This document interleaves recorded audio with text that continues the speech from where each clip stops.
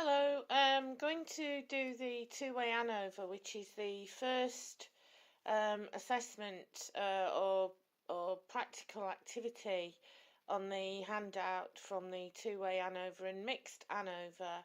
So to run through the background to this, a researcher was interested in exploring students' mathematical ability, whether they'd achieved a grade C or above in GCSE maths, and engagement with the course. This was based on percentage of lectures attended, which was actually recoded into a categorical variable. So we're looking into whether these two variables will explain the outcome of their SPSS exam. To examine this, the tutor selected participants on the basis of whether they had achieved the appropriate maths qualification or not, then created a categorical variable which represented their level of attendance in their research methods classes. So I've already opened the data. The first thing we're going to do is explore the data, which is the details of how to do that are available on pages 2 to 6 of this handout. We're going to check the output carefully for outliers. Then we're going to perform the two-way Anova. So what we're going to look for is three research questions, basically. Is there a main effect of GCSE? So is there a difference between whether people had grade C or above GCSE maths or not? Is there a main effect of lectures attended? So we've got the two groups of attendance. And then finally, is there a lecture by GCSE interaction? So let's look at the data. So we have our three variables here. I'll just extend this slightly. So we have the dependent variable, which is the percentage on the SPSS exam. The percentage of lectures attended, which we've actually broken down into two categories. So less than 50% or greater than 50% attendance. And then finally, their GCSE maths qualifications. So we've actually called that variable, labelled it as numeracy, but here we have the name of our variables. So our measures, our dependent variable is a scale variable or continuous variable. And our two independent variables are both nominal, okay, because they are categories. So what we have is a 2 by 2 analysis of variance. Two factors with two levels. So to begin the analysis, we go into Analyse, Descriptive Statistics, Explore, because we're going to check the data for normality. So this time I'm going to put the percentage of lectures attended, excuse this, keeps cropping up, rather annoying, into the dependent list, and then percentage of lectures attended and the numeracy variable into the factor list.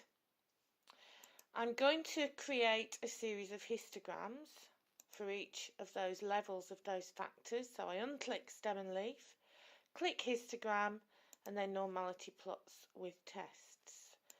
So that's quite straightforward. Click on OK and wait for the output. So we just have to wait for this. Just have a sip of water.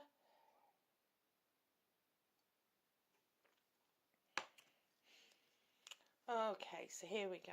So these tables look a bit different to what some of the tables SPSS produces, because I've converted them to APA format tables. So we just check case processing summary to look at the numbers in each group, and these look pretty even. We'll just skim past the descriptive statistics and straight to our tests of normality. So this is the Kolmogorov-Smirnov test, and basically, as you remember from the lectures, all we need to look for with this test is that our p-value, or sig, is greater than 0.05.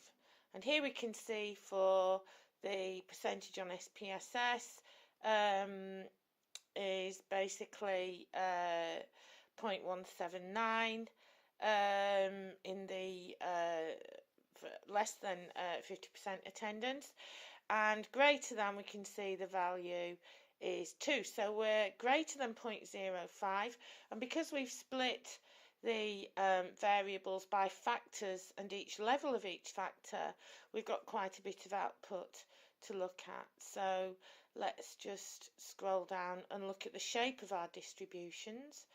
Well, here we can see that with less than 50% attendance, the data look comparatively normal. I mean, there might be a little bit of skew there, but I think if we were to go into the frequencies option and fit the normal distribution line, we might see something that resembles normal. So, but basically we've got few scores at the higher end, fewish scores at the lower end, and a kind of reasonably shaped normal distribution in the centre.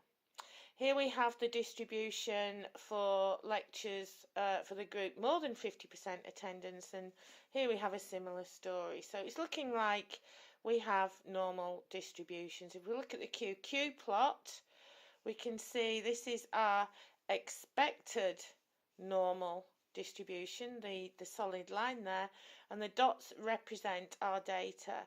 There is a little bit of deviation from the line, but I think I would conclude that our data are normal in terms of less than 50%. If we look at greater than 50% group attendance, we can see a similar thing. So I'm happy that for that particular factor we have a normal distribution. And if we look at the box plots, here we can see we've got our median, which is indicated by the solid line, and then the distribution of data around the median. Here we can see we do have an outlier. I'm going to leave the outlier alone.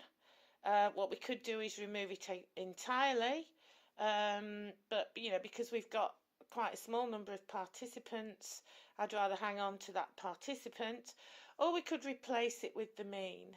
But in my opinion, it's not causing too much of a problem, so I'm going to leave the outlier where it is.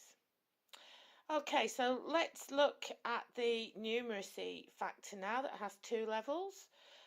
Here we have the no GCSE maths group and the GCSE maths group. We can see here the numbers in each group, so they're roughly equal. There's not too much of a difference there. I'm going to skim past the descriptives and straight to the test of normality. Here again we can see the sig or p-value for the Kolmogorov-Smirnov test is greater than 0.05, so again it's looking good that we actually have, it's indicating that we actually have a normal distribution. Moving on to the frequency histograms, we can see again what looks like or what resembles a comparatively normal distribution. I'm happy with that. That's the no GCSE maths group, so again we're looking quite normal. And then for the GCSE maths grade C and above, we can see again what looks like a normal distribution, so it's looking good. And let's move down to our QQ plot. QQ plot for no GCSE maths, we can see again there's the expected normal, and we can see our dots which represent our data are just slightly deviating. So I'm kind of happy with that.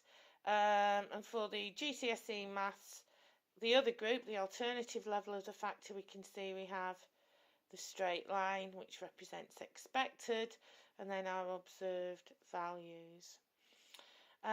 So let's go down to our box plots. We can see here again the median and the other values, the upper and lower bound values. Again, we've got an outlier here, but it's not too far away from the population of scores. So what I'm going to do is leave that where it is. So having explored the data, we can conclude that the data meet the assumptions of parametric tests. Therefore, we're good to go with our analysis of variance. So we have a 2 by 2 between participants analysis of variance.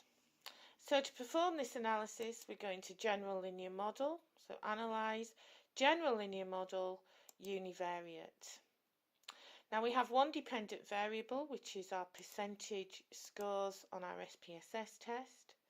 We have our fixed factors, which are our independent variables, which we pop into the fixed factor box here. So now we have to go down the menu on the right hand side here to tell SPSS the output that we need. So I'm going to begin with plots, and I'm going to create a line graph representing these two levels of each of the two factors. So lectures in the horizontal axis, GCSE maths, separate lines. It doesn't matter which order you put them in because we only have two levels of each factor. If we had three levels of one of those factors, then I would probably put the 3-level factor in the horizontal axis to minimise the number of lines that we have. But because we've only got 2 levels of each factor, it doesn't really matter. So don't forget to add those, then continue. We don't need to carry out post hoc tests because basically we only have 2 levels of each factor, although we do have that option. We would probably SPSS would probably give us a warning to say that we don't do post hoc tests on those factors because we only have 2 levels of each. The next button I click is the options button. Now remember, on the new version of SPSS, you do also have to select EM means to actually uncover both of these options. But because mine's an older version, both of these options, the display and the estimated marginal means, both come up under the options key. So again, I'm going to transfer all these variables across to the display means for, because I want to see the means and standard deviations for each of these factors and levels. Just make sure I've got lectures in there. Yes, I have. And because I might want to look at the mean differences, although I'm going to create a table of means so I can see which group scores higher than the other group in our each levels of each factor, I might want to look at the differences in the mean. So I'm going to select compare main effects and the Bonferroni adjustment. I'm also going to select descriptive statistics, estimates of effect size, which gives me the partial eta squared option, and homogeneity tests, which gives me the Levene's test. Click on continue, and I think we're good to go now, so I'm going to click OK and again wait for the output.